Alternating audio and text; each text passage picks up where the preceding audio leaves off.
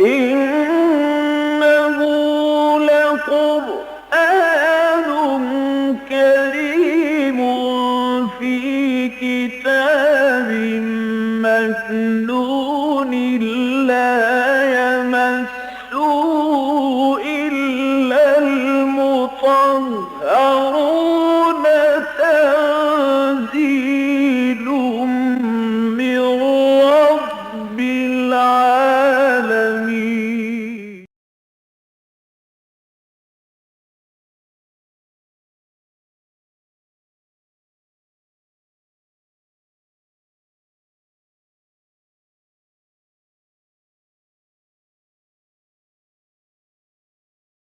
أعوذ بالله من الشيطان الرجيم.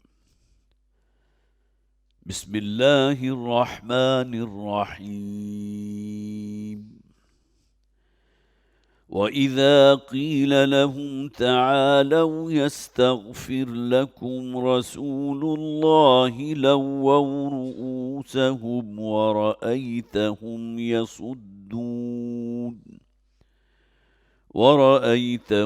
يصدون وهم مستكبرون. سواء عليهم أستغفرت لهم أم لم تستغفر لهم لن يغفر الله لهم إن الله لا يهدي القوم الفاسقين. هم الذين يقولون لا تنفقوا على من عند رسول الله حتى ينفضوا ولله خزائن السماوات والأرض ولكن المنافقين لا يفقهون. يقولون لئن رجعنا إلى المدينة ليخرجن الأعز منها الأذل ولله العزة ولرسوله وللمؤمنين ولكن المنافقين لا يعلمون. يا أيها الذين آمنوا لا تلهكم أموالكم ولا أولادكم عن ذكر الله ومن يفعل ذلك فأولئك هم الخاسرون. وأنفقوا مما رزقناكم من قبل أن يأتي أحدكم الموت فيقول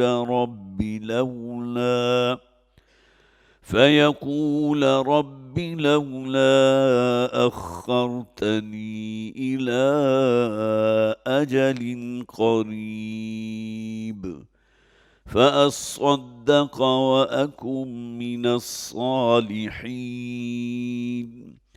ولن يؤخر الله نفسا إذا جاء أجلها والله خبير بما تعملون. صدق الله العظيم. رب اشرح لي صدري ويسر لي أمري واحلل عقدة من لساني يفقه قولي. اللهم ألهمنا رشدنا واعذنا من شرور أنفسنا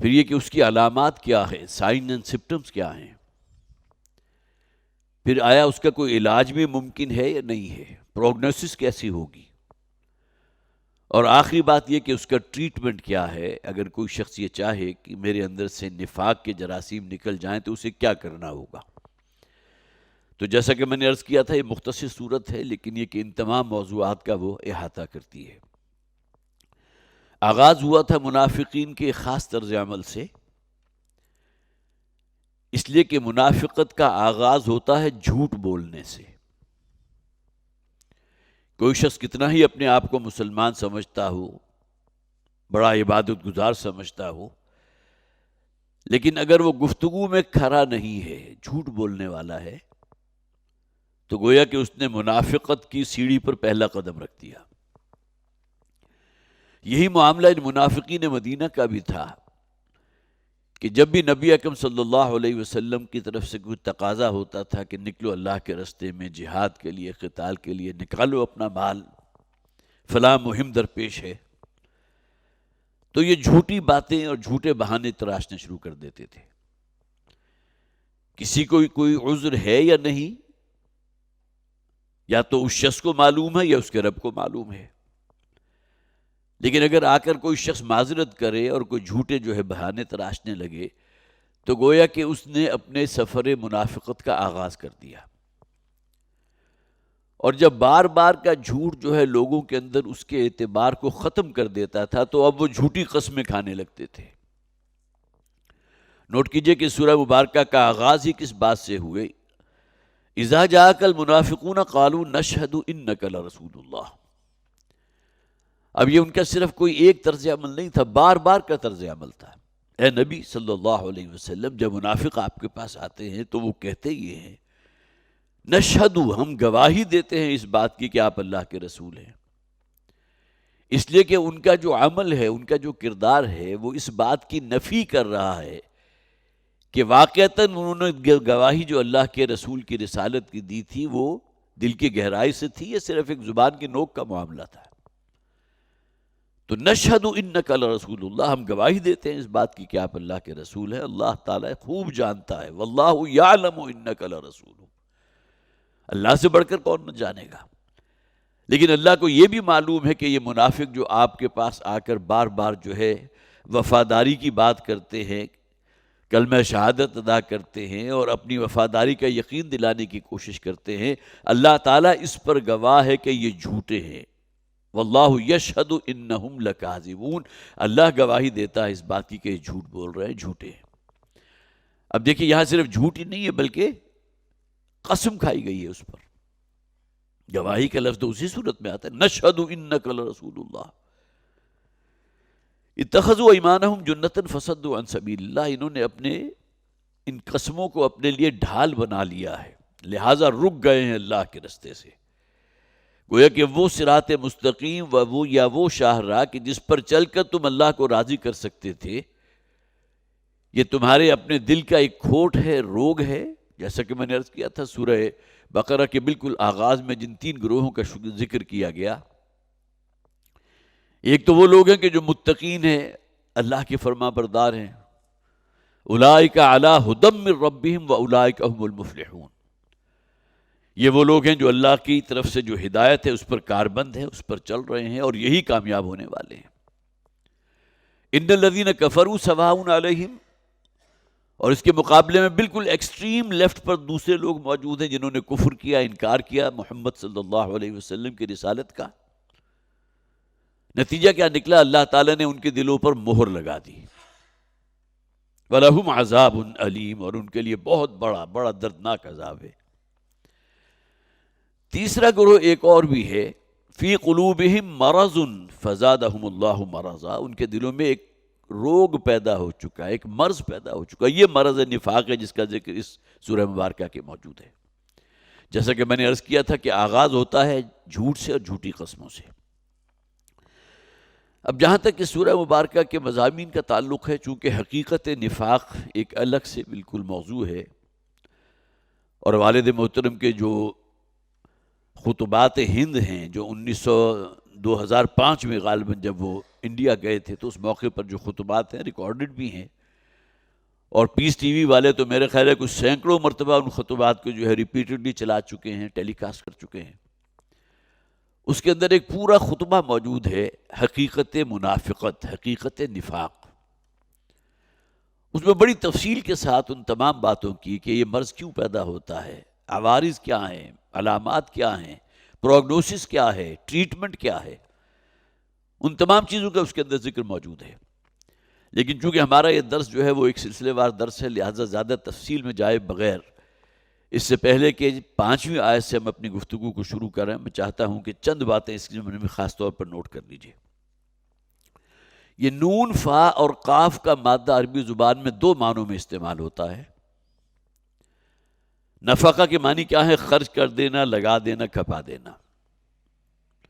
نفقت الدراہم، کسی شخص کے پاس روپیہ پیسہ تھا، مال و دولت تھی، درہم و دینار تھے، اس نے لگا دیے، خرچ کر دیے، گویا کہ درہم اور دینار اور دولت ختم ہو گئی۔ لیکن جب یہی معاملہ آتا ہے، اسی طرح نفقن کہتے ہیں سرنگ کو، اور آپ کو معلوم ہے کہ سرنگ جو ہے اس کے 2 منہ ہوتے ہیں، اور عربوں کا مزاج تھا، وہ شکاری قسم کے لوگ تھے، تو گوہ کا شکار کرنا انہیں بڑا پسند تھا، اس کا گوشت بھی بڑی مرغوبیت کے ساتھ کھاتے تھے۔ لیکن مسئلہ یہ تھا کہ گوہ جو ہے وہ جہاں بھی ہوتی تھی تو اپنے بھٹ کے 2 منہ بناتی تھی، ایک سے وہ داخل ہوتی تھی، دوسرے سے نکلتی تھی، کبھی ادھر سے داخل ہوئی، ادھر سے نکل گئی۔ تو شکاری کتوں کو جب چھوڑا جاتا تھا اس گوہ کے پیچھے، تو گوہ جو ہے جیسے ہی اپنے اس مسکن کے قریب جو اس نے گھر بنایا تھا اس کے قریب پہنچتی تھی، ایک سوراخ سے اندر داخل ہوتی تھی اور اس کے بعد دبک کر وہیں بیٹھی رہتی تھی، اور اگر اسے اندیشہ ہوتا تھا کہ کتے بھی موجود ہیں تو دوسرے سوراخ سے نکل جاتی تھی۔ تو گویا کہ یہاں نفقن اس گوہ کے بل کے لیے استعمال ہوا، جس کے لیے قرآن حکیم میں بھی ہے، ان کان کبر علیک اعراضهم فإن استطعت ان تبتغی نفقا فی الارض او سلما فی السماء۔ اے نبی صلی اللہ علیہ وسلم، یہ مشرکین مکہ جو بار بار آپ سے مطالبہ کر رہے ہیں کہ وہ معجزہ دکھائیں، جیسا کہ معجزے دیے گئے تھے حضرت عیسیٰ کو، حضرت موسیٰ کو، تو ہم تو آپ پر ایمان اس وقت تک نہیں لائیں گے جب تک کہ آپ اسی قسم کے حصی معجزے ہمیں نہ دکھا دیں۔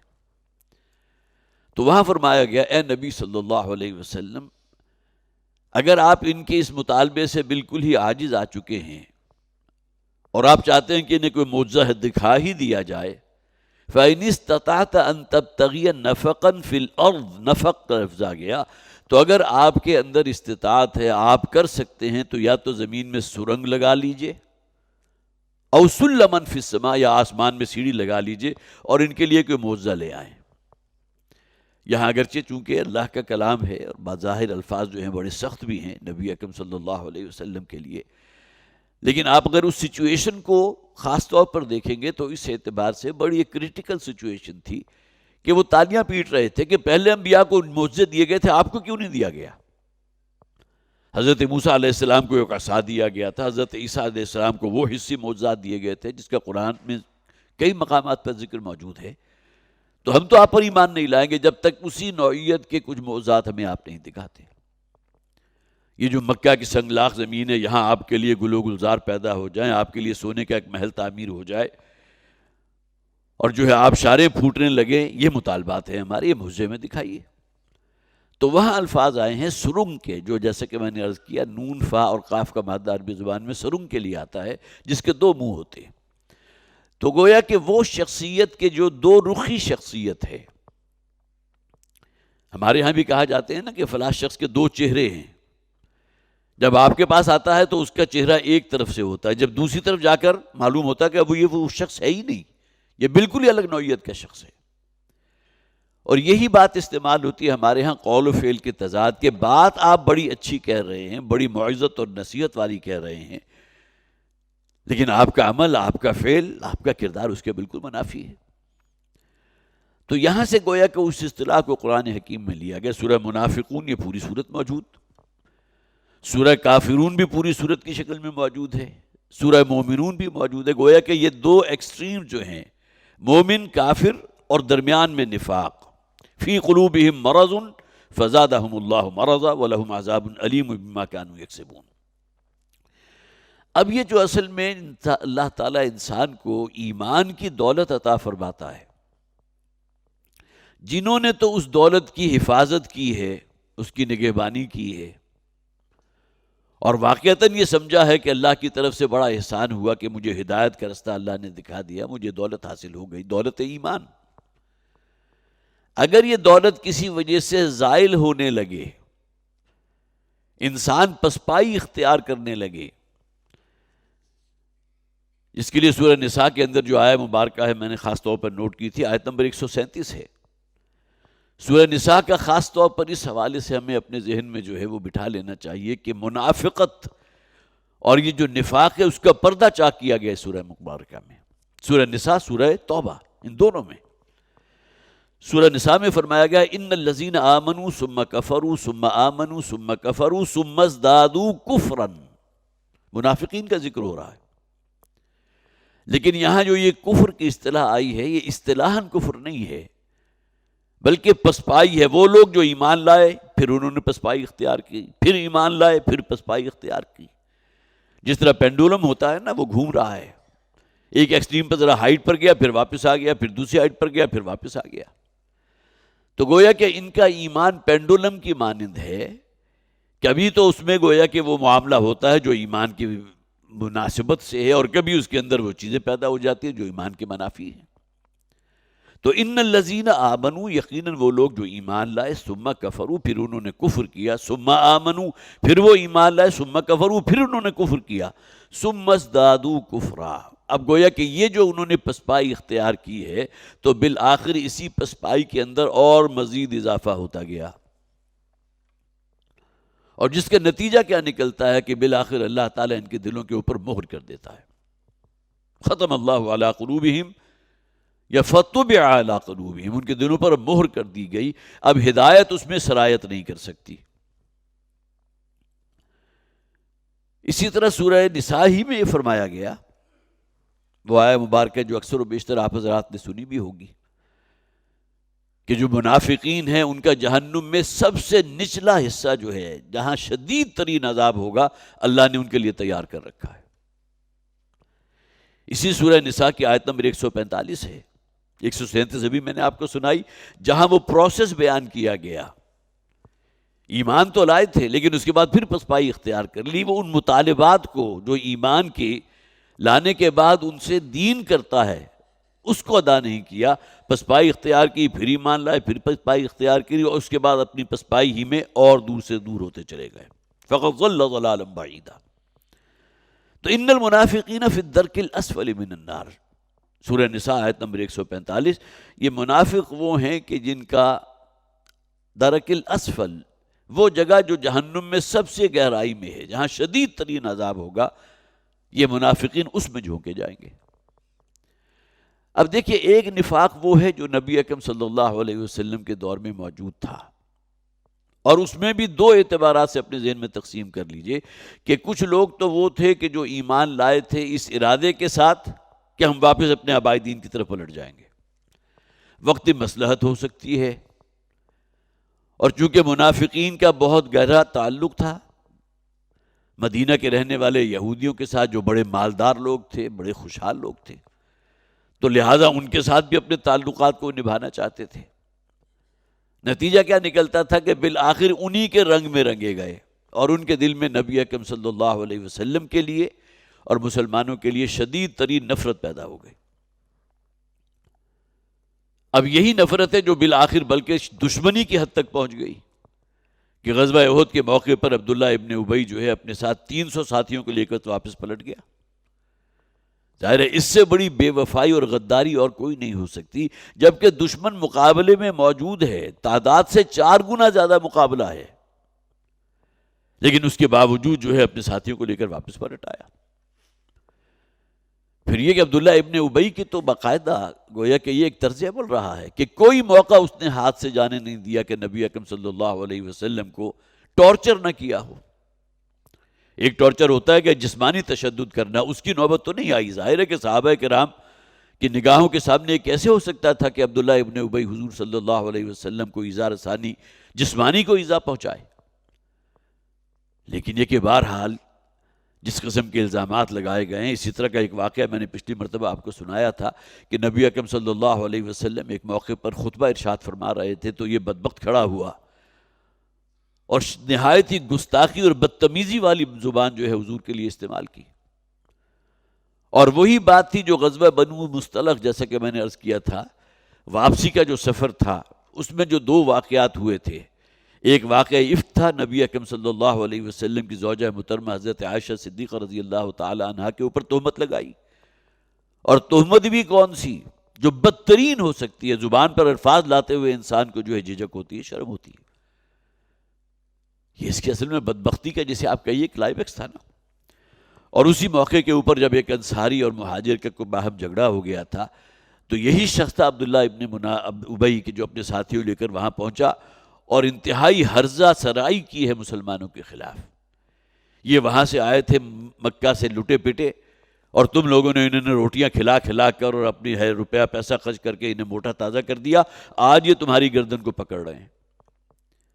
اور بہت ہی جسے آپ کہیے کہ کریہ قسم کی مثال اس نے دی تھی کہ تمہاری مثال اے خزرجی اور ایسی اور اوسی، جو وہاں کے رہنے والے دو قبائل تھے، ایسی ہے گویا کہ وہ کتا کہ جسے خوب کھلا پلا کر تم جو ہے وہ بڑا کرو، تنومند کر دو، اور اس کے بعد وہ کسی دن تمہاری گردن کے اوپر حملہ کرے. حضرت زید ابن ارقم رضی اللہ تعالیٰ عنہ نے یہ جب بات سنی تو نبی اکرم صلی اللہ علیہ وسلم کو جا کر بتا دی. اب یہی شخص آیا عبداللہ ابن ابی اور جھوٹی قسمیں کھانے لگا، وہی بات جس سے سورہ مبارکہ کا آغاز ہوا. تو بہرحال یہ ایک پورا کردار ہے کہ جو اس موقع پر بھی موجود تھا اور قیامت تک موجود رہے گا. اس لیے کہ یہ جو منافقت یا نفاق جو ہے صرف اسی زمانے کے لیے نہیں تھا،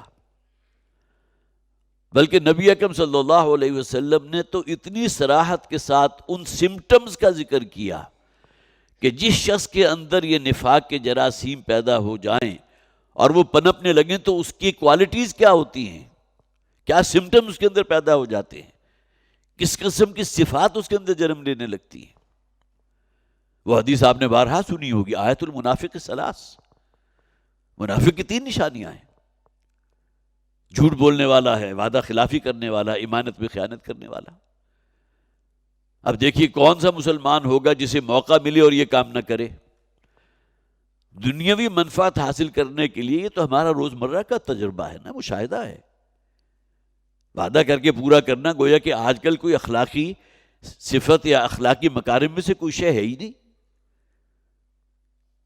اسی طرح خیانت کرنا، خیانت کا معاملہ صرف روپے پیسے سے متعلق تو نہیں ہوتا. اگر کوئی شخص کہیں ملازمت کر رہا ہے تو وہ 8 گھنٹے کے لیے گویا کہ وہ ٹائم اس کا امین ہے. اگر اس ٹائم کو وہ اور کہیں ضائع کر رہا ہے، صرف کر رہا ہے، اسی ٹائم کے دوران کوئی اور ملازمت بھی کر رہا ہے تو وہ خیانت کر رہا ہے. اسی طرح نبی اکرم صلی اللہ علیہ وسلم نے کتنی ہی باتیں ایسے بیان فرمائی ہیں کہ جس میں ایمان کی نفی ہو رہی ہے. اور جیسا کہ میں نے عرض کیا تھا، ایمان وہ دولت ہے کہ اگر یہ زائل ہونے لگے تو گویا کہ نفاق اب بڑھوتری کی طرف ہے، اس میں اضافہ ہو رہا ہے.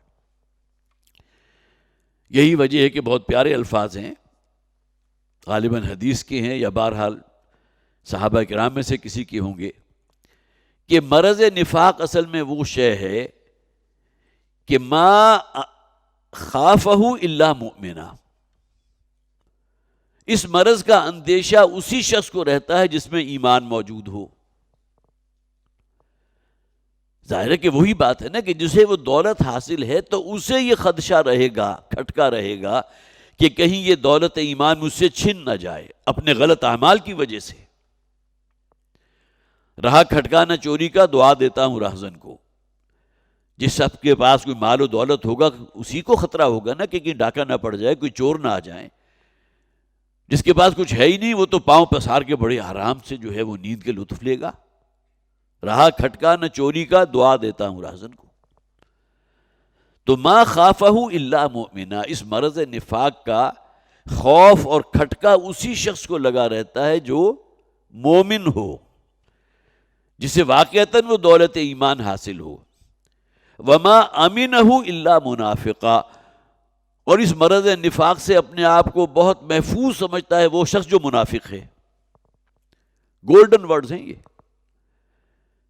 وہی بات کہ اگر ایمان دولت ہے تو خدشہ اس شخص کو ہوگا کہ جس کے پاس دولت ہے کہ کہیں یہ دولت مجھ سے زائل نہ ہو جائے میری بدعمالیوں کی وجہ سے، اور جسے وہ دولت حاصل ہی نہیں ہے، ما امنہ الا قلیل، وہ تو الا منافقہ، اس سے تو اپنے آپ کو بڑا محفوظ سمجھے گا کہ کیسے ممکن ہے کہ میرے اندر منافقت ہو، میں تو مسلمان ہوں، نمازیں بھی پڑھتا ہوں۔ تو گویا کہ خوف اور اندیشہ کھٹکا اسی شخص کو رہے گا جس میں ایمان موجود ہوگا۔ حضرت عمر رضی اللہ تعالیٰ عنہ سے بڑھ کر بات کس کی ہوگی؟ افضل البشر بعد الانبیاء اگر حضرت ابو بکر ہیں رضی اللہ تعالیٰ عنہ، انبیاء اور رسولوں کے بعد افضل ترین شخصیت، تو ان کے فوری بعد حضرت عمر ہیں۔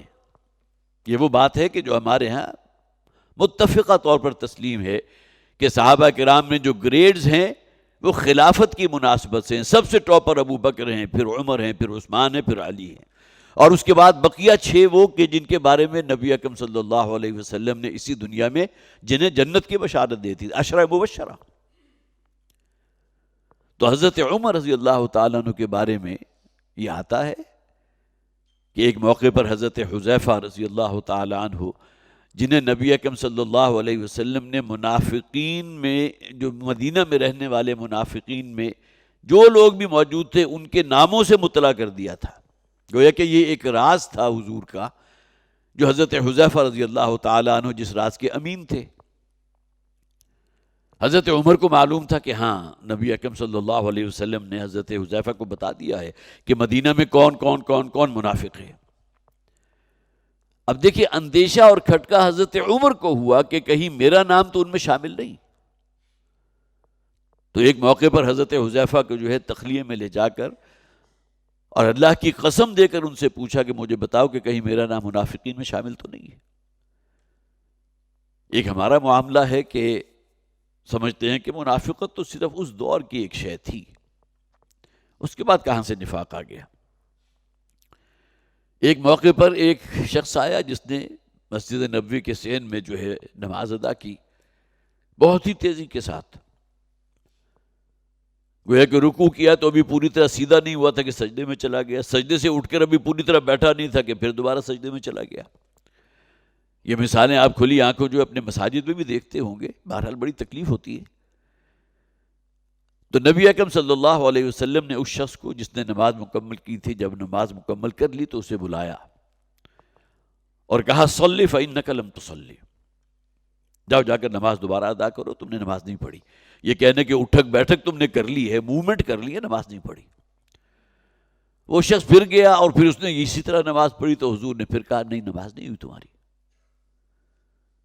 اب پھر حضور نے اسے طریقہ بتایا کہ نماز کس طرح پڑھتے ہیں، قیام کیا ہوتا ہے، رکوع میں آپ کو کس طرح گویا کہ بالکل اپنے آپ کو متوازی رکھنا ہے، اور اس کے بعد اس میں باقاعدہ جو الفاظ ہیں تسبیح کے وہ ادا کرنے ہیں، پھر کھڑے ہونا ہے، اور یہ نہیں کہ کھڑے ہونے سے پوری طرح سیدھے ہونے سے پہلے سیدھے سجدے میں چلے جائیں۔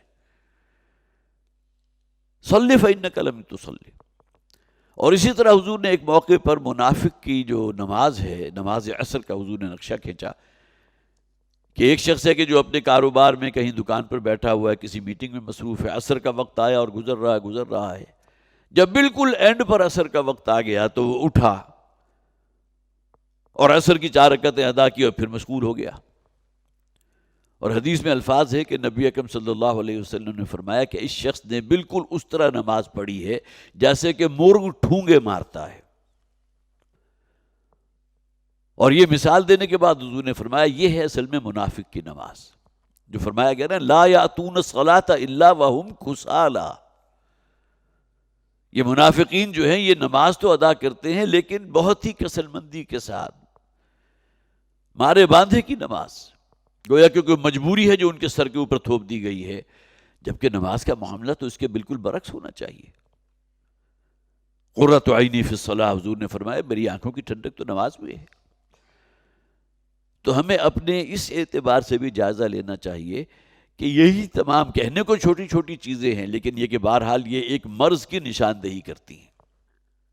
فرمایا وَإِذَا رَأَيْتَهُمْ تُعْجِبُكَ أَجْسَامُهُمْ، اور اے نبی صلی اللہ علیہ وسلم جب آپ انہیں دیکھتے ہیں تو ان کے تن و توش جو ہے اس سے آپ مرعوب ہوتے ہیں. وَإِن يَقُولُوا تَسْمَعْ لِقَوْلِهِمْ، اور جب یہ کوئی بات کرتے ہیں تو آپ ان کی بات کو سنتے بھی ہیں. كَأَنَّهُمْ خُشُبٌ مُّسَنَّدَةٌ، چونکہ مال و دولت والے تھے، چودھری قسم کے لوگ تھے، روپیہ پیسہ بہت تھا ان کے پاس، تن و توش بھی بڑا اچھا تھا. عبداللہ ابن ابی کے بارے میں حضرت عبداللہ ابن مسعود رضی اللہ تعالیٰ عنہ کے الفاظ موجود ہیں، بہت ہی وجیح تھا، سرخ و سفید رنگ تھا، بات کرتا تھا تو لگتا تھا کہ گویا کہ اس کی بات میں بڑا وزن ہے. لیکن اللہ تعالیٰ نے کیا تبصرہ کیا؟ کأنہم خشب مسندہ، خشب کہتے ہیں خشک لکڑی کو، مسندہ جسے سہارا دے کر کھڑا کر دیا جائے. یہ تو معلوم ہوتا ہے کہ قرآن حکیم نے نقشہ کشی کی ہے عبداللہ ابن ابی کی، کہ اس کا یہ طرز تھا، اس کا معمول تھا کہ وہ نماز کے بعد جو ہے بیٹھ جاتا تھا مسجد میں، اور جو ہے مسجد کی دیوار سے ٹیک لگا کر اور اس کے ساتھ جو اپنا جتھا ہے اس کو جمع کر لیتا تھا. اور ظاہر ہے وہاں پھر چہم گوئیاں بھی ہوتی ہوں گی، اور مسلمانوں کے لیے جو ہے نازیبہ الفاظ بھی استعمال کیے جاتے ہوں گے، طنز و تشجیع کے جو ہے وہ تیر بھی برسائے جاتے ہوں گے. تو ان کی مثال تو ان لکڑیوں کی سی ہے کہ جو بالکل جنہیں گھن لگ چکا ہو، جن میں اپنی کوئی مضبوطی نہ ہو، جنہیں سہارا دے کر کھڑا کر دیا گیا ہو. یحسبون کل صیحۃ علیہم ہم العدو فاحذرہم قاتلہم اللہ انا یؤفکون. اور ذرا کوئی شور و غوغا ہوتا ہے مدینہ کے اندر تو یہ سمجھتے ہیں کہ شاید ہماری کوئی مخبری ہو گئی. ظاہر ہے کہ انہیں خود تو گلٹ تو تھا نا اپنے اندر کہ اللہ تعالیٰ تو دیکھ رہا ہے، انہیں بھی معلوم تھا. اور ہماری ان کیفیات کو اگر اللہ تعالیٰ نے محمد رسول اللہ صلی اللہ علیہ وسلم کے اوپر ظاہر کر دیا کہ ہمارے دل میں کتنی نفرت اور دشمنی ہے حضور کے خلاف، تو ہمارا کیا بنے گا؟ یا یہ کسی ظاہری اعتبار سے اگر کوئی شور و غل ہوا ہے تو یہ سمجھتے ہیں کہ کوئی بہت بڑی آفت جو ہے، انتہائی بزدل لوگ سمجھتے ہی ہیں کہ کوئی ہمارے کل کے کل جو ہے وہ ملبہ ہمارے لیے آیا ہے. قاتلہم اللہ انا یؤفکون، اللہ تعالیٰ ان کی گردن مارے، انہیں قتل کرے. یہ کہاں سے بچلائے جا رہے ہیں؟ وَإِذَا قِيلَ لَهُمْ تَعَالَوْا يَسْتَغْفِرْ لَكُمْ رَسُولُ اللَّهِ، اور جب انہیں کہا جاتا ہے کہ آؤ اللہ کے رسول تمہارے لیے استغفار کر لیں، تم جا کر اپنی اس جو تم نے بے ادبی یا گستاخی کی ہے اللہ کے رسول کے سامنے، اس کی معافی مانگ لو، معذرت کر لو. لَوَّوْا رُؤُوسَهُمْ، لَوَّا یُلَوِّئُ کے معنی آتے ہیں سر کو گھما دینا، یہاں بھی ترجمہ کیا گیا وہ مٹکاتے ہیں اپنے سروں کو، جسے آپ کہیے کہ بہت ہی اعراض والا معاملہ، بیزاری والا معاملہ. اگر کسی نے توجہ دلا بھی دی کہ جا کر یہ جو تم نے بے ادبی کی ہے اس کی کوئی معافی مانگ لو، معذرت کر لو، تو اپنے سروں کو مٹکانے لگتے ہیں. وَرَأَيْتَهُمْ يَصُدُّونَ وَهُمْ مُسْتَكْبِرُونَ، تم دیکھتے ہو کہ وہ رک جاتے ہیں کہ جا کر اپنے اس گناہ کا بے ادبی کا اعتراف کر لیں، اور انتہائی استکبار اور غرور پر قائم ہوتے ہیں. سواء علیہم استغفرت لہم ام لم تستغفر لہم، برابر ہے ان کے لیے اے نبی، خواہ آپ ان کے لیے استغفار کر لیں خواہ نہ کریں، اللہ تعالیٰ ہرگز انہیں معاف نہیں کرے گا. ان اللہ لا یہدی القوم الفاسقین، اللہ تعالیٰ ایسے فاسقوں کو ہدایت نہیں دیتا. ہم الذین یقولون لا تنفقوا علی من عند رسول اللہ حتی ینفضوا. اب یہ وہ واقعہ آ گیا جو غزوہ بنی مصطلق سے واپسی پر آیا تھا. ایک مہاجر اور انصاری کے درمیان جب لڑائی ہوئی ہے تو اس موقع پر ان یہاں کی جو ساتھی تھے عبداللہ ابن ابی کے، انہوں نے کہا کہ تمہارا معاملہ یہ ہے کہ تم خرچ کرتے ہو اپنا روپیہ پیسہ، انہیں کھاتے ہو پلاتے ہو اور ان کے لیے اپنی جو ہے رقم خرچ لگاتے ہو. یہ ذرا اپنے ہاتھوں کو روک لو، پھر دیکھو گے کہ کیسے یہ حضور کے ساتھ رہتے ہیں، سب چھوڑ کر چلے جائیں گے معاذ اللہ. یہ اصل میں جس شخص کی نگاہ کے اندر صرف مادہ پرستی ہی ہو نا، تو اس کی سوچ اس قسم کی غلیظ ہو سکتی ہے.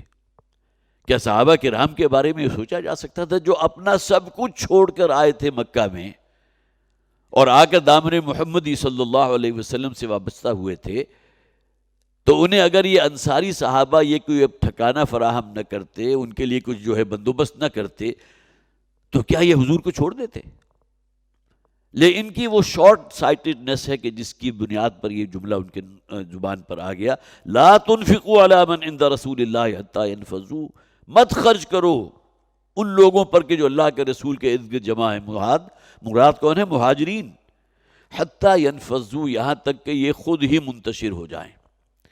گویا کہ تمہارے دیے جو ہے انہیں وہ کچھ فراہم ہو رہا ہے کہ یہ حضور کے گرد جمع ہیں، تم اپنے ہاتھ کو روک لو تو منتشر ہو جائیں گے۔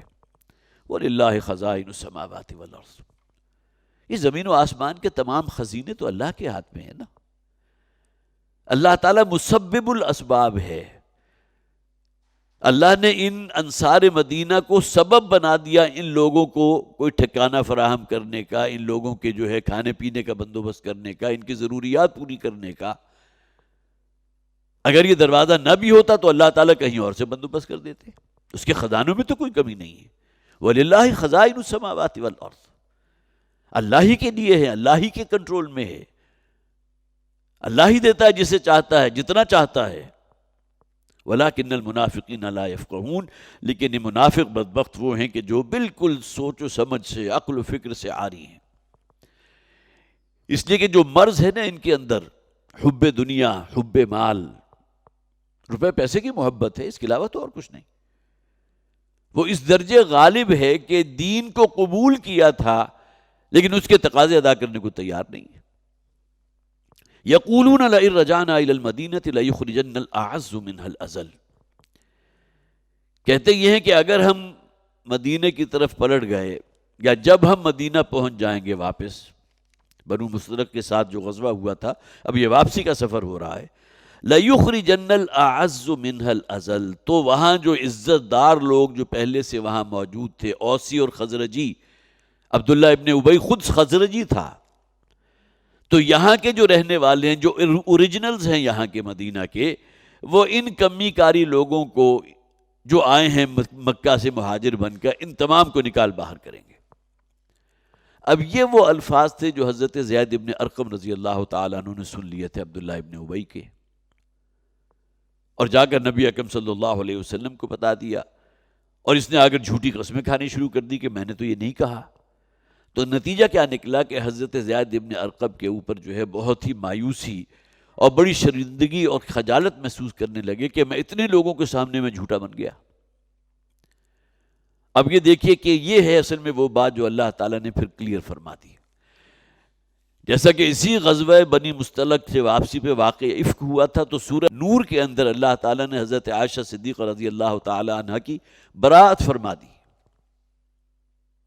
کہ بہت بڑی تہمت تھی، افک عظیم تھا جو عبداللہ ابن ابی نے گھٹا تھا، اور اسی کی وجہ سے حضرت عائشہ صدیقہ اور نبی اکرم صلی اللہ علیہ وسلم جس قدر ذہنی طور پر ٹارچر کے اندر مبتلا ہوئے تھے، آپ اس کا اندازہ نہیں کر سکتے۔ تو اللہ تعالیٰ نے حضرت عائشہ رضی اللہ تعالیٰ عنہ کو کلیئر کر دیا، سورہ نور کی آیات موجود ہیں۔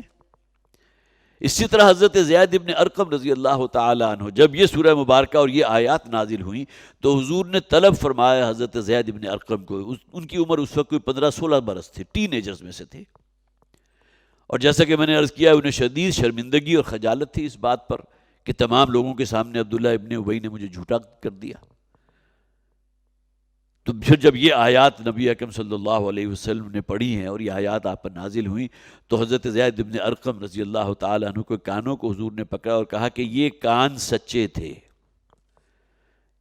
اس لیے کہ ان کانوں نے جو سنا اور جو بیان کیا وہ سچائی پر مبنی تھا، اور اس کی گواہی دی ہے اللہ کے کلام نے، لَيُخْرِجَنَّ الْأَعَزُّ مِنْهَا الْأَذَلُ وَلِلَّهِ الْعِزَّةُ وَلِرَسُولِهِ وَلِلْمُؤْمِنِينَ، اور اصل عزت جو ہے وہ تو اللہ کے لیے ہے، اس کے رسول کے لیے ہے، جو رسول کے دامن سے وابستہ ہو گیا وہ ہے عزت دار۔ سورہ حجرات میں جو فرمایا گیا نا، یا ایھا الناس انا خلقناکم من ذکر وانثی وجعلناکم شعوبا وقبائل لتعارفوا ان اکرمکم عند اللہ اتقاکم، اے لوگو ہم نے تم سب کو ایک مرد اور ایک عورت سے پیدا کیا، من ذکر و انثی، اور تمہارے اندر بہت سی ذاتیں اور قبیلے بنا دیے صرف پہچان کے لیے، یہ نہیں کہ فلاں قبیلہ افضل ہے، فلاں جو ہے وہ گھٹیا ہے، فلاں نسل جو ہے، فلاں رنگ و روپ رکھنے والے جو ہیں وہ افضل ہیں، بقیہ گھٹیا ہیں۔ ان اکرمکم عند اللہ اتقاکم، تم میں جو سب سے عزت دار ہے اللہ کے نزدیک وہ ہے کہ جس کے اندر تقوی موجود ہے۔ تو یہاں بھی فرمایا وَلِلَّهِ الْعِزَّةُ وَلِرَسُولِهِ، جو شخص بھی اللہ اور اللہ کے رسول کے دامن سے وابستہ ہو گیا، اصل عزت تو اس شخص کی ہے۔ اس دنیا کی زندگی کا عارضی جو بھی دورانیہ ہے اسے گزار کر بالآخر اصل زندگی تو آخرت کی ہے نا۔ تو اصل عزت تو آخرت کی عزت ہے، اور اس کا دار و مدار تقوی پر ہے. ان اکرمکم عند اللہ اتقاکم. اتقاکم، جو تم میں تقوی میں آگے ہے اللہ کے نزدیک اتنا ہی باعزت ہوگا. وَلَٰكِنَّ الْمُنَافِقِينَ لَا يَعْلَمُونَ، لیکن یہ منافق جو ہے اس کا علم نہیں رکھتے. یہ علم سے مراد وہ علم حقیقی ہے. ظاہری علوم سے تو خوب واقف ہیں، روپیہ پیسہ حاصل کیسے کرنا ہے، اس کے لیے کیا چالاکیاں چلنی ہیں، کیا کچھ کرنا ہے، یہ انہیں خوب معلوم ہے. لیکن وہ علم کے جو آخرت میں آپ کے کام آنے والا ہے اس سے نابلد. اب آخری رکوع صرف 3 آیات پر مشتمل ہے، اور اس میں اصل میں علاج ہے اس مرض نفاق کا. یہاں تو گویا کہ ہمیں اس اعتبار سے کہ جسے بھی اندیشہ ہے، جیسے کہ میں نے آپ کو سنایا تھا نا، کہ اس مرض نفاق سے نچنت وہی ہوتا ہے کہ جو منافق ہے، اور خوف اسے طاری رہتا ہے کہ کہیں یہ مرض میرے اندر پیدا نہ ہو جائے جس کے دل میں ایمان موجود ہو. تو اگر یہ جذبہ موجود ہے کہ ہمیں آگے کیسے بڑھنا ہے، اس مرض کا مقابلہ کیسے کرنا ہے، اس کا ٹریٹمنٹ کیا ہوگا، فرمایا یا ایھا الذین آمنوا لا تلہکم اموالکم ولا اولادکم عن ذکر اللہ. گویا کہ مرض نفاق کا علاج ہے انفاق. انفاق کی اصطلاح قرآنی اصطلاح ہے. الذین ينفقون اموالهم فی سبیل اللہ، وہ لوگ کہ جو خرچ کرتے ہیں اپنے مالوں کو اللہ کے راستے میں. خدمت خلق کا بھی ایک پورا جو ہے ایریا موجود ہے، اس میں اپنا روپیہ پیسہ لگاتے ہیں، دین کی اشاعت کے لیے اپنا پیسہ خرچ کرتے ہیں. اسی طرح دین کو قائم کرنے کی عملی جد و جہد میں خود شریک ہوتے ہیں اور اپنا روپیہ پیسہ سرمایہ اس میں لگاتے ہیں. تو منافقت کا اصل علاج کیا ہے؟ مرض کیوں پیدا ہوا تھا؟ حب مال، حب دنیا، مال و دولت کی محبت. اور اس کا علاج کیا ہے کہ اس کو خرچ کرو. مداوع بھی یہی ہے. ظاہر ہے جو وجہ جو بنی ہے اس مرض نفاق کے پیدا ہونے کی، جب تک چھری اور تیشہ وہاں نہیں لگے گا مرض تو نہیں جا سکتا. ایک تو مال و دولت کی وہ طبعی محبت ہے جو اللہ تعالیٰ نے ہر شخص کے دل میں رکھی ہے، میرے اندر بھی ہے، آپ کی بھی ہے. لیکن یہ محبت اگر تجاوز کر کے ایسے ذرائع تک پہنچ جائے کہ جو ناجائز ہے، جو حرام ہے، تو یہاں آ کر یہ مال جو ہے رحمت نہیں ہے، بہت بڑی زحمت بن جاتا ہے. الذین یکنزون الذہب والفضة ولا ينفقونها فی سبیل اللہ، وہ لوگ جو روپیہ پیسہ اور چاندی اور سونا جمع کرتے ہیں اور اسے خرچ نہیں کرتے، اگرچہ وہاں مراد زکوٰۃ کا ہے کہ زکوٰۃ ادا نہیں کرتے. تمام مفسرین نے یہی لکھا. تو یہی روپیہ پیسہ اور سونا درہم و دینار جو ہیں، ان کو تپا کر جہنم کی آگ میں ان کی پیشانیوں اور ان کے پیٹھوں کو داغا جائے گا. سورہ توبہ کے اندر یہ آیت موجود ہے. تو اگر اپنے آپ کو بچانا چاہتے اس مرض نفاق سے تو علاج کیا ہوگا؟ خرچ کرو، نکالو اس روپے پیسے کو، اس کی محبت کو دل سے خرچ کر نکالو. اور زکوٰۃ ہو یا عشر ہو یا خمس ہو، یہ تو کم سے کم نصاب ہے نا جو ہمارے دین نے متعین کیا. نبی اکرم صلی اللہ علیہ وسلم سے ایک موقع پر سوال بھی کیا گیا تھا کہ حضور اگر کوئی شخص اپنے مال میں سے جو اس کے پاس جمع شدہ ہیں، اور ظاہر ہے کہ 1 سال اس پر گزر جائے، تو زکوٰۃ یا اگر بھیڑ بکریاں ہیں تو اس میں سے اس کا عشر یا خمس اگر نکال دے، اگر کوئی فصلیں ہیں تو نصاب کے مطابق، تو مال کے اعتبار سے جو حقوق تھے اللہ کے وہ کل ادا ہو گئے. اللہ کا حق تو آپ نے ادا کر دیا، لیکن مخلوق کا حق ابھی بھی موجود ہے. حضور نے فرمایا وَفِي الْمَالِ حَقًّا سِوَى الزَّكَاةِ، زکوٰۃ ادا کرنے کے بعد بھی تمہارے مالوں کے اندر اللہ تعالیٰ نے حق متعین کیا ہے. اور پھر آپ نے دلیل میں سورہ بقرہ کی آیت نمبر 177 کی تلاوت کی تھی، جہاں ایمان کا جو ہے ذکر کیا گیا، اللہ پر ایمان، فرشتوں پر ایمان. وَلَٰكِنَّ الْبِرَّ مَنْ آمَنَ بِاللَّهِ وَالْيَوْمِ الْآخِرِ وَالْمَلَائِكَةِ وَالْكِتَابِ وَالنَّبِيِّينَ، اور اس کے فوراً بعد ذکر کیا گیا وَآتَى الْمَالَ عَلَىٰ حُبِّهِ ذَوِي الْقُرْبَىٰ وَالْيَتَامَىٰ وَالْمَسَاكِينَ وَابْنَ السَّبِيلِ وَالسَّائِلِينَ وَفِي الرِّقَابِ، 5 مدات گنوا دی گئی. پھر فرمایا وَأَقَامَ الصَّلَاةَ وَآتَى الزَّكَاةَ، وہاں گویا کہ زکوٰۃ کا ذکر الگ سے ہے. زکوٰۃ کے علاوہ بھی یہ ان کے حقوق ہیں، تمہارے اہل و عیال کے جو ہیں تمہارے قریبی رشتہ دار ہیں، ان میں سے کوئی اگر پیچھے رہ گیا ہے دنیا کی دوڑ میں اور تمہیں اللہ تعالیٰ نے نوازا ہے تو ان پر بھی تو خرچ کرو نا، ان کا حق بھی اللہ نے تمہارے مال میں رکھ دیا۔ تو یا ایھا الذین آمنوا لا تلہکم اموالکم، مت غافل کر دیں اہل ایمان تمہیں تمہارے مال اور تمہاری اولاد اللہ کی یاد سے۔ اگر دل میں یاد اللہ کی موجود ہوگی تو یہ دونوں محبتیں جو طبعی طور پر اللہ تعالیٰ نے انسان کے اندر پیدا کی ہیں اسے سیدھے رستے میں رکھیں گی۔ مال کو کماتے ہوئے وہ سوچے گا ضرور کہ کہیں میں کوئی ناجائز رستہ استعمال نہ کر رہا ہوں، اس کو اختیار نہ کر رہا ہوں۔ اولاد کے چونچلے برداشت کرتے ہوئے یہ نہیں ہوگا کہ حرام میں مال کر ان کے لیے روپیہ پیسے کا فراہم کرے گا کہ اعلیٰ ترین تعلیم دلوانی ہے، بہترین رہائش ہونی چاہیے، بہت عمدہ سواری ہونی چاہیے۔ یہ تمام چیزیں ہیں۔ حلال ذرائع سے اگر آپ نے مال و دولت حاصل کیا ہے تو اس کے خرچ کرنے میں قطعاً کوئی حرج نہیں ہے، لیکن اگر کہیں معاملہ اس کے برعکس ہو گیا تو یہی چیزیں سب سے بڑی فتنہ بن جاتی ہیں، مال اور اولاد۔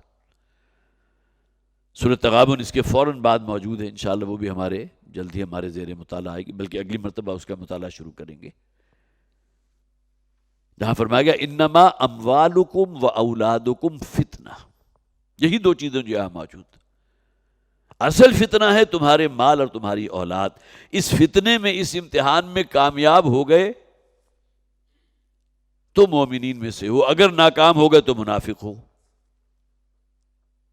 یہی فرمایا گیا، علاج تو یہی ہے۔ اس فتنے کے اندر کامیابی وہی ہے کہ اللہ کی محبت کے تحت ان سے محبتیں بھی کرو، ان کے جائز مطالبات بھی پورے کرو۔ اللہ نے وسعت دی ہے تو جو کر سکتے ہو وہ کرو، لیکن یہ کہ تمہارا بیجا کا لاڈ پیار اور تمہارے ان کے ناجائز مطالبوں کو پورا کرنا، وہ اول تو انہیں خود تمہاری اولاد کو تمہارے خلاف کھڑا کر دے گا۔ ابھی تو بچپن ہے نا، جب بڑے ہوں گے تو پھر معلوم ہوگا کہ کہاں سے خود سری آ گئی۔ دوستوں کا کوئی ایسا حلقہ مل گیا کہ جنہوں نے ان کے اخلاق کا بیڑا غرق کر دیا تو اور سہانے روح ہے۔ یہ سب تمام چیزیں ہیں جو معاشرے میں پھیلی ہوئی نظر آتی ہیں۔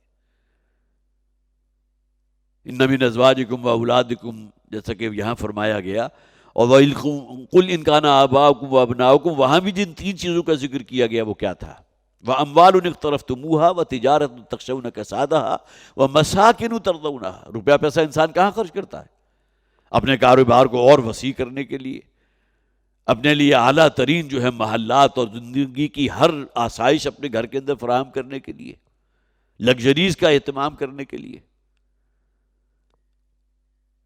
نتیجہ کس بات کا ہوتا ہے کہ اللہ دل سے محو ہو گیا، تو یہ روپیہ پیسہ تمہیں اللہ کی یاد سے غافل نہ کر دے۔ وَمَنْ يَفْعَلْ ذَلِكَ فَأُولَٰئِكَ هُمُ الْخَاسِرُونَ، اور جو اللہ کی یاد سے غافل ہو گیا تو وہ تو لازماً تباہ و برباد ہو کر رہے گا، وہ خسارہ پانے والوں میں سے۔ تو یہ دو جو کسوٹیاں دی گئی ہیں جو انسان کو غافل کر دیتی ہیں اللہ کی یاد سے، نتیجتاً ایمان کی پونجی میں کمی واقع ہوتی ہے اور نفاق کو اپنی بڑھوتری کا اور اپنی افزائش کا اس کے جو جراثیم ہے اس کو موقع مل جاتا ہے۔ وَأَنفِقُوا مِمَّا رَزَقْنَاكُمْ، پھر دیکھیں پھر فرمایا گیا اور خرچ کرو اللہ نے جو تمہیں دیا۔ اپنے آپ کو محفوظ رکھنا چاہتے ہو اگر نفاق سے، منافقت سے، تو روپے پیسے کی محبت کو دل سے نکالو۔ وَأَنفِقُوا، وہی لفظ، منافقت کا علاج انفاق ہے۔ من قبل ان یاتی احدکم الموت، جو ہم نے تمہیں دیا اس میں سے خرچ کرو، اس سے پہلے کہ موت تم پر مسلط کر دی جائے، موت آ جائے تمہیں۔ وہ تو اچانک آئے گی نا، پہلے سے وارن کر کے تو نہیں آئے گی۔ لہذا ڈرتے رہو ان لمحات سے کہ جب موت تم پر مسلط کی جائے اور تم اللہ کی نافرمانی میں لگے ہوئے ہو، تمہاری زندگی کے اندر کوئی تبدیلی پیدا نہ ہو، حقائق تم پر پوری طرح منکشف ہو چکے ہوں لیکن ذرہ برابر بھی کوئی چینج تم اپنے اندر نہ لا سکے۔ اس لیے کہ موت تو وہ ہے نا کہ موت جب آ جائے گی تو پھر آپ کے پاس لاکھوں اربوں خربوں بھی اگر موجود ہوں گے تو آپ کے کسی کام کے نہیں۔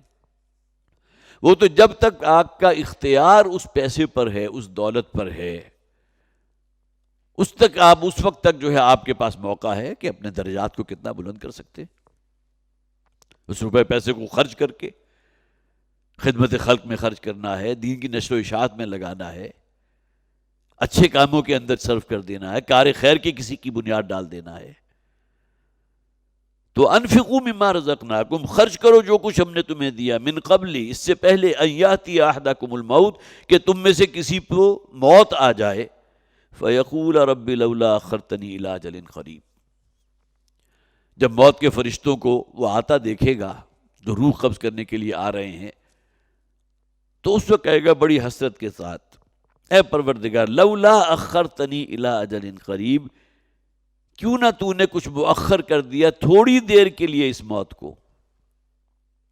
گویا کہ اب آنکھیں کھل جائیں گی چوپٹ، اس لیے کہ اب تو معلوم ہے نا،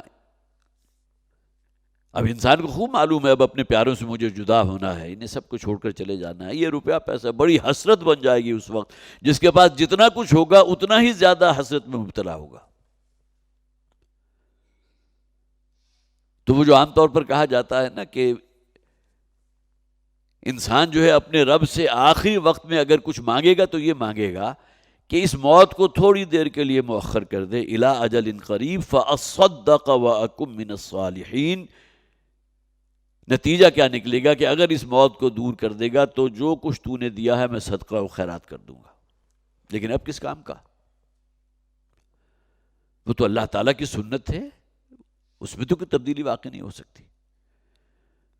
جو اجل کا وقت اللہ تعالیٰ نے لکھ دیا ہے اس میں نہ لحظہ بھر کی کوئی تقدیم ہو سکتی ہے نہ تاخیر ہو سکتی ہے.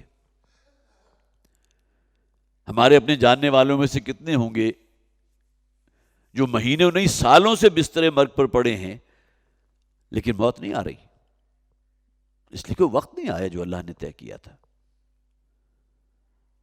اور عموماً لوگ آ کر یہ کہتے ہیں کہ دعا کیجئے اللہ تعالیٰ آسانی پیدا فرما دے. مراد کیا ہوتی ہے کہ جس مشقت میں، جس کرب کے اندر یہ شخص مبتلا ہے اور اس کے لواحقین جس آزمائش میں سے گزر رہے ہیں، اللہ تعالیٰ اسے سہل فرما دے، آسان فرما دے. وہی معنی اس کو موت آ جائے تاکہ وہ اس تکلیف سے نجات حاصل کر لے. لیکن یہ کہ بہرحال اللہ کی سنت ہے، یہ معاملہ نہیں ہو سکتا. تو خرچ کرو اس سے پہلے کہ موت تم پر آ جائے، موت تمہیں آ دبوچے.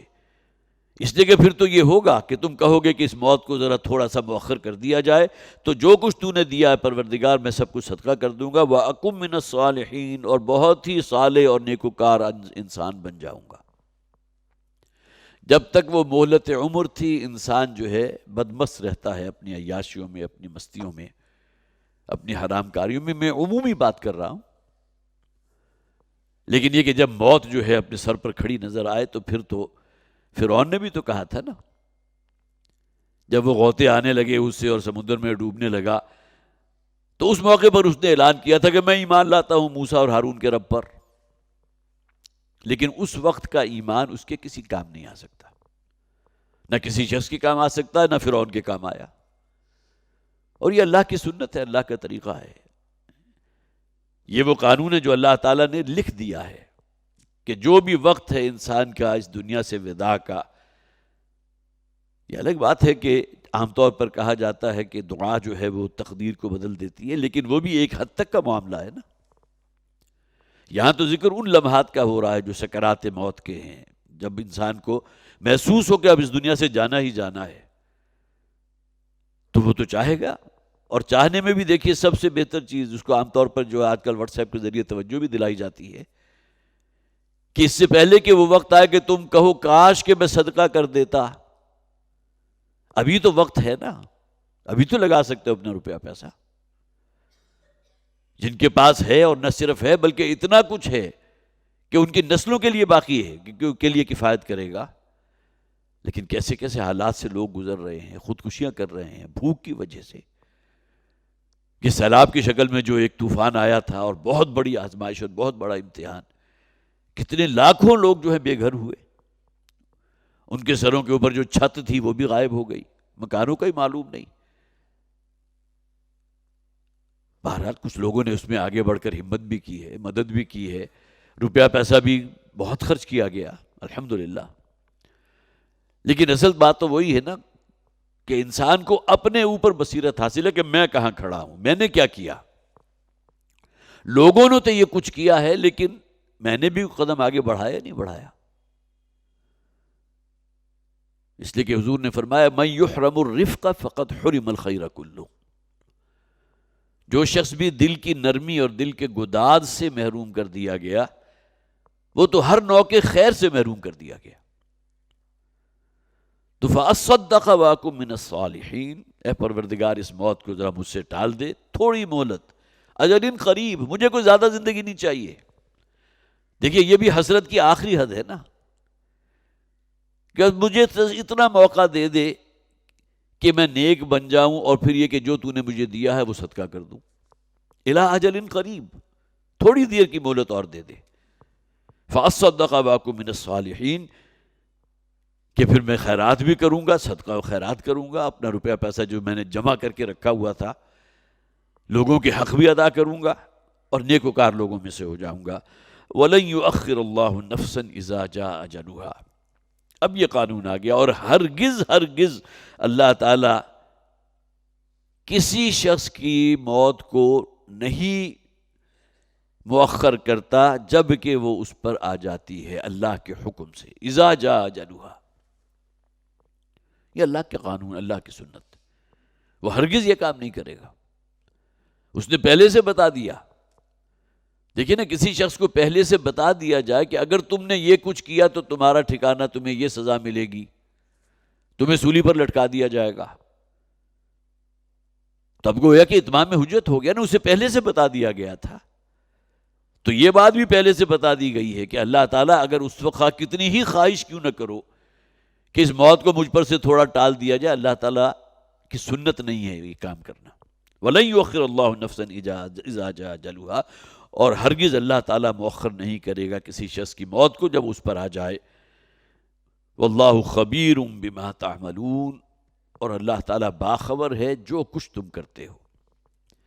اس سے پہلے بھی میں بارہا عرض کر چکا ہوں کہ جہاں بھی یہ اللہ تعالیٰ کے علم ہے، یہ صفت علم آتی ہے، وہ واقعتاً اس حوالے سے ہمارے لیے بہت ہی مفید ہو کہ کاش کہ یہ کیفیت ہمیں حاصل ہو جائے۔ میں اپنے آپ کو بھی مخاطب کر رہا ہوں، آپ حضرات کو بھی، کہ ہمارا کوئی عمل، ہمارا کوئی قول، ہمارا کوئی جملہ اللہ کے علم سے باہر نہیں، اور ہر شے جو ہے وہ نوٹ ہو رہی ہے، ہر شے کو لکھا جا رہا ہے، اور قیامت کے دن یہ اعمال نامہ نصب کر دیا جائے گا ہمارے سامنے۔ وَوُضِعَ الْكِتَابُ فَتَرَى الْمُجْرِمِينَ مُشْفِقِينَ مِمَّا فِيهِ، اور وہ قیامت کا دن ہوگا کہ جس دن اس اعمال نامے کو نصب کر دیا جائے گا، اور چیخ اٹھیں گے وہ لوگ جنہوں نے اس دنیا میں برے کام کیے تھے، فسق و فجور میں مبتلا ہوئے تھے، کہ ان کا چھوٹے سے چھوٹا گناہ کا عمل بھی ایسا نہیں ہے جو اس اعمال نامے میں موجود نہ ہو، اور اللہ تعالیٰ کسی پر کوئی ظلم نہیں کرے گا۔ یہاں یہ سورہ مبارکہ کل 11 آیات پر مشتمل تھی، مکمل ہوئی۔ اللہ تعالیٰ ہمیں توفیق عطا فرمائے، اور جو اصل موضوع ہے سورہ مبارکہ کا، مرض نفاق یا منافقت، اللہ تعالیٰ ہمیں اس سے محفوظ رکھے۔ اس کا جو علاج تجویز کیا گیا، اللہ تعالیٰ اس کے لیے ہمارے دلوں کو کھول دے، اور قول و فعل کا جو تضاد، جو ابتدا بنتی ہے اس مرض نفاق کے اندر مبتلا ہونے کی، اللہ تعالیٰ اس سے ہمیں محفوظ رکھے۔ بارک اللہ لی ولکم فی القرآن العظیم ونفعنی وإیاکم بالآیات والذکر الحکیم۔